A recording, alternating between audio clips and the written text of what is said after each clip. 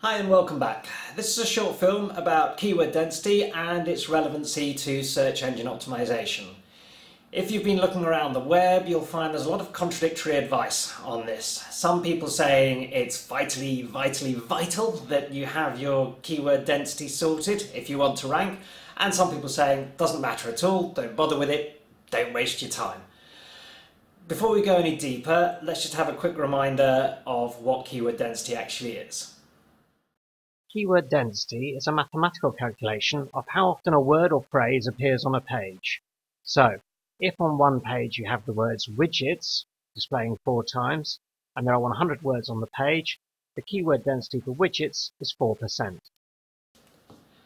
Right, so I've split this film into 2 parts. The first, why some people think keyword density is not a factor in SEO. And then secondly, how can we prove keyword density is important to Google? I'm going to do it with the help of the one person who should know, and that's Matt Cutts from Google. And we'll start by looking at why some people think keyword density isn't important. Those people often point to a video that you can find on YouTube. It's called "What is the ideal keyword density of a page?" And in that, Matt Cutts says this. So I would love it if people could stop obsessing about keyword density. Right, now, Matt says don't obsess about keyword density. He doesn't say don't think about it, he just says don't obsess about it. Because you are getting webmasters who are thinking, I've got a keyword density for that word or phrase of 3.5%. Maybe I would rank better if it was 4%. Would it be okay if it was 8%? People were spending a huge amount of time just on this one factor. So the message he's trying to get across there is don't spend too much time obsessing over it. Okay, so the people who doubt keyword density might say, fair point, but what about the miserable failure example?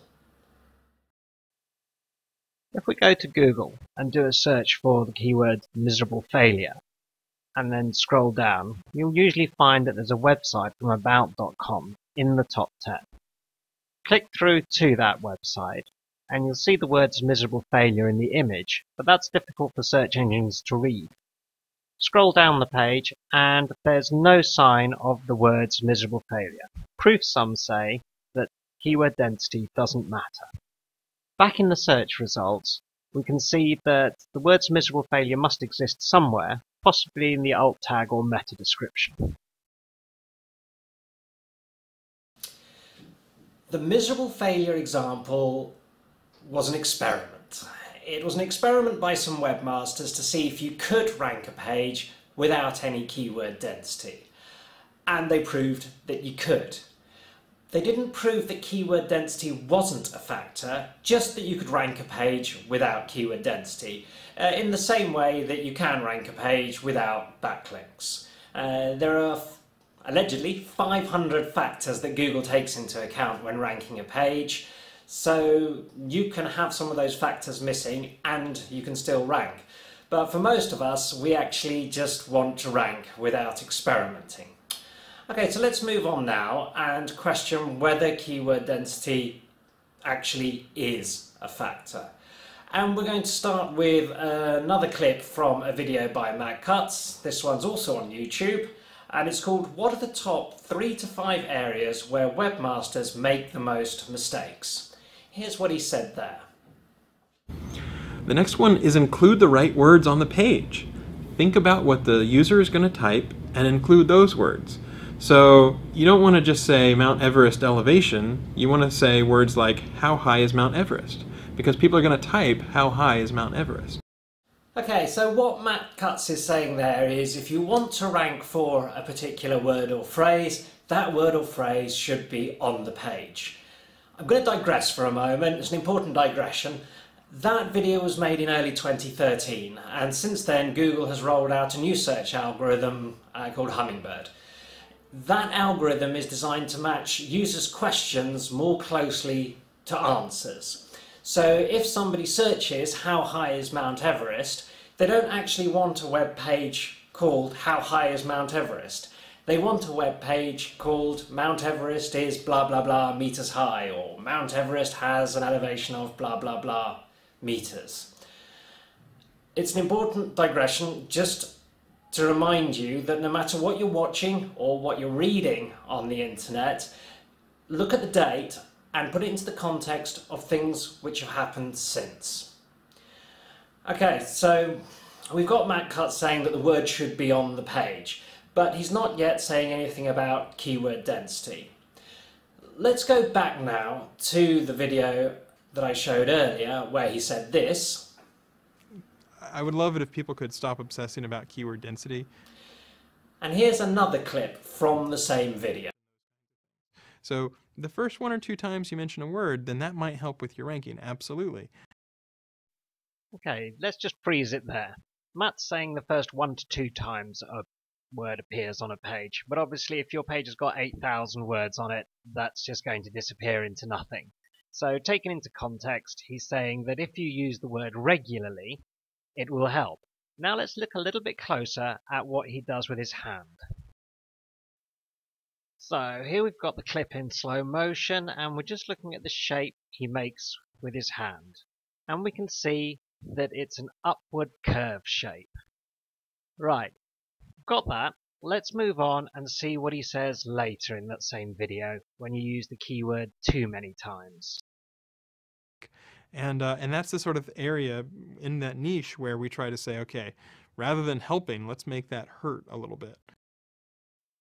So let's watch the hands again, and this time we can see a downward curve going on. So we've got an upward curve, we've got a downward curve. Let's get rid of Matt, and let's get rid of those arrowheads, and zoom in. And what we have is what many people say doesn't exist, the keyword density curve. We've got a gap in the middle. That could be just like an upside down U shape, but experience teaches me that it's a flat line. You mention your keywords not enough, it doesn't help. You mention them just right, it does. You mention them more, it doesn't have any further effect. And you mention them too much, and you're in danger of getting a penalty. Now the big question is, of course, what is that magic figure?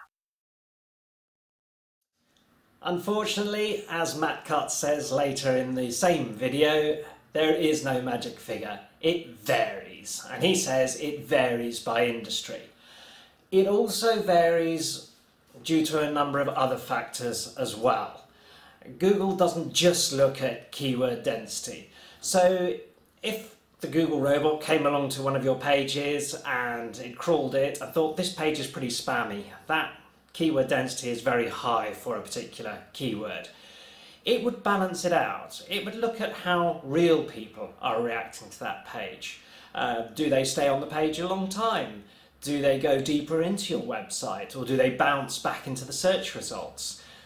Do they share the content in social media? Do they make links to the content from their own blogs? These are all signals that tell Google, okay, it looks spammy, it looks like the keyword density is too high, but real people are saying something different, so perhaps the robot is mistaken.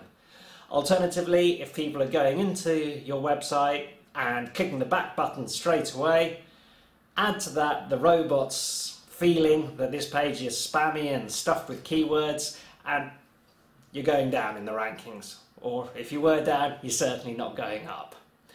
Okay, so what's my advice when it comes to keyword density?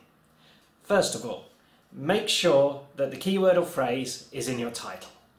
Make sure it's in the meta description. Okay, search engines ignore the meta description, but it often shows up in the search results, as we saw in the miserable failure example earlier, so make sure it's there. Make sure it's in your H1 or H2 tags, definitely in the H1 tag, and if it fits, and if the page contents is long enough, in an H2 tag. Make sure it's in the leading paragraph of the page, within the context of the text. Make sure it's on the page more often than any other word or phrase. Now usually that means about 4%, but it could vary slightly. That's just a rough rule of thumb. Finally, check your text to make sure it reads naturally. That's really the acid test, because users will react badly to your page if it comes across as spammy. And finally, when you've done that, don't obsess, put it down, move on to other SEO tasks. Okay, there are a couple of final points I want to make in summary. Remember, keyword density is a factor. Just because you get your keyword density right or close to right doesn't mean that you will automatically rank. There are many other factors which Google takes into account. But it's an important step forward in helping Google and the other search engines know this is what I want to rank for. This is what I'm telling you this page is about. And if Google agrees with you and the competition isn't too fierce, you might. I've taken websites, simply changed the keyword density of them and taken them from about page 5 in Google to top 5. So it can be a very powerful mechanism, but it's not a guarantee of success. The second and final point is that search engines can see your website as a whole.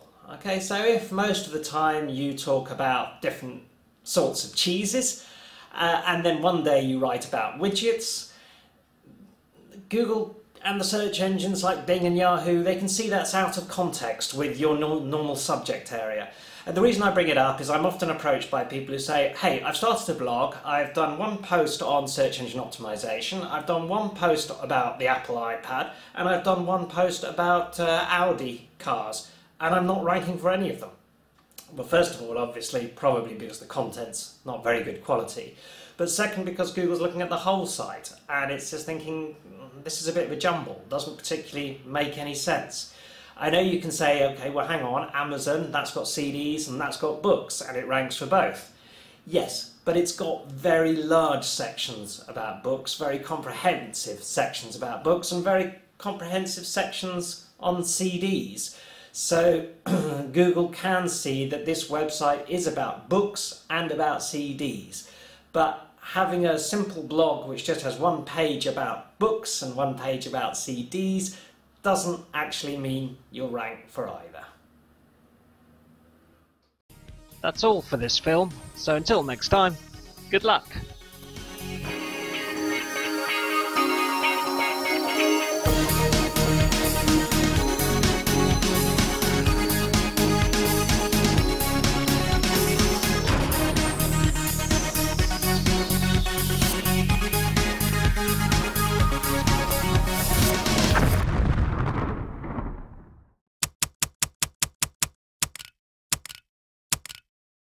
Okay, that's great. Thanks everyone. Somebody put the kettle on.